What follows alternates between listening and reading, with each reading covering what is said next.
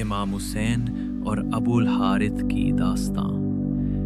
محبت، وفا اور قربانی کی ایک ناقابل فراموش کہانی۔ پیارے دوستو، یہ ایک دن کا واقعہ ہے۔ مسجد میں امام علی خطبہ دے رہے تھے۔ لوگ خاموشی اور توجہ سے سن رہے تھے کہ اچانک کچھ لوگ گھبرائے ہوئے داخل ہوئے۔ ان کے چہروں پر خوف چھایا ہوا تھا۔ امام علی نے پوچھا، کیا بات ہے؟ ایک شخص آگے بڑھا اور کہا، مولا، ایک شیر ہماری طرف آ رہا ہے، بہت بڑا ہے، ہم خوف زدہ ہیں۔ امام علی نے نرمی سے فرمایا، خوف کی کوئی بات نہیں، وہ کسی کو نقصان نہیں پہنچائے گا۔ تبھی ایک عظیم و جلیل شیر سب کے سامنے نمودار ہوا، لیکن وہ کسی پر حملہ نہیں کرتا، بلکہ سیدھا امام علی کے قدموں میں سر رکھ دیتا ہے۔ اس کے پیچھے ایک ننھا سا بچہ، شیر بھی آتا ہے، وہ دراصل ایک شیرنی تھی۔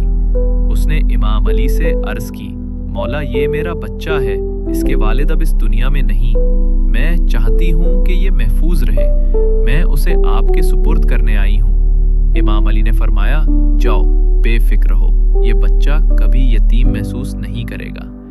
شیرنی نے پوچھا، مولا، اس کی پرورش کون کرے گا؟ فرمایا، میرا بیٹا حسین۔ پھر امام حسین کو بلایا گیا۔ امام حسین آگے بڑھے، اس ننھے شیر کو اپنی گود میں لیا، اس کے سر پر ہاتھ پھیرا اور فرمایا، آج سے اس کا نام ابو الحارث ہے، یہ میرے ساتھ رہے گا۔ وقت گزرتا گیا۔ وہ ننھا سا شیر جو امام حسین کی گود میں آیا تھا اب بڑا ہو چکا تھا۔ اب وہ صرف جانور نہیں تھا، وہ امام کا رفیق، ساتھی اور رازدار بن چکا تھا۔ لوگ اسے ابو الحارث کے نام سے جانتے تھے۔ ابو الحارث جو جنگل سے آیا تھا، اس کا دل انسانوں سے بھی زیادہ حساس اور محبت کرنے والا تھا۔ دن ہو یا رات، سفر ہو یا قیام، وہ امام حسین کے قدموں کے ساتھ جڑا رہتا۔ وقت گزرا، ابو الحارث کی جسامت مضبوط ہوئی، آواز گرجدار، چال پر رعب چھا گیا۔ جب وہ کسی گلی سے گزرتا، لوگوں کے دل کانپ جاتے۔ ایک دن کچھ عرب لوگ امام علی کے پاس آئے اور عرض کیا، مولا، وہ شیر جو حسین کے ساتھ رہتا ہے اب خطرناک ہو گیا ہے، ہمیں مولا، وہ شیر جو حسین کے ساتھ رہتا ہے اب خطرناک ہو گیا ہے، ہمیں اندیشہ ہے کہ کہیں کوئی نقصان نہ ہو جائے۔ یہ سن کر امام علی خاموش ہو گئے۔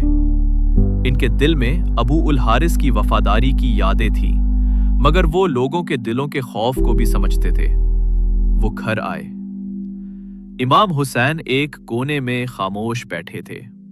امام علی ان کے قریب آئے اور فرمایا، بیٹا حسین، میں کچھ نہیں کہہ رہا، یہ لوگ کہہ رہے ہیں کہ ابو الحارث اب بڑا ہو گیا ہے، لوگوں کو ڈر لگتا ہے، میرا مشورہ ہے اسے آزاد کر دو۔ یہ سن کر امام حسین کا سر جھک گیا، آنکھیں نم ہو گئیں، کچھ لمحے خاموش رہے، پھر نرمی سے بولے، جی بابا جان، جیسا آپ چاہیں، بس یہ دن گزر جائے، کل آپ اسے نہیں دیکھیں گے۔ امام علی نے پوچھا، بیٹا، اس دن میں کیا خاص بات ہے؟ امام حسین نے باہر کی طرف دیکھا اور کہا، بابا جان، شام ہو گئی ہے، یہ کسی کو گھر سے نکالنے کا وقت نہیں، بلکہ سایہ دینے اور پناہ دینے کا وقت ہے۔ امام علی نے اپنے بیٹے کو گلے لگا لیا، کچھ نہ کہا، صرف خاموشی تھی، وہ خاموشی جو بہت کچھ کہہ دیتی ہے۔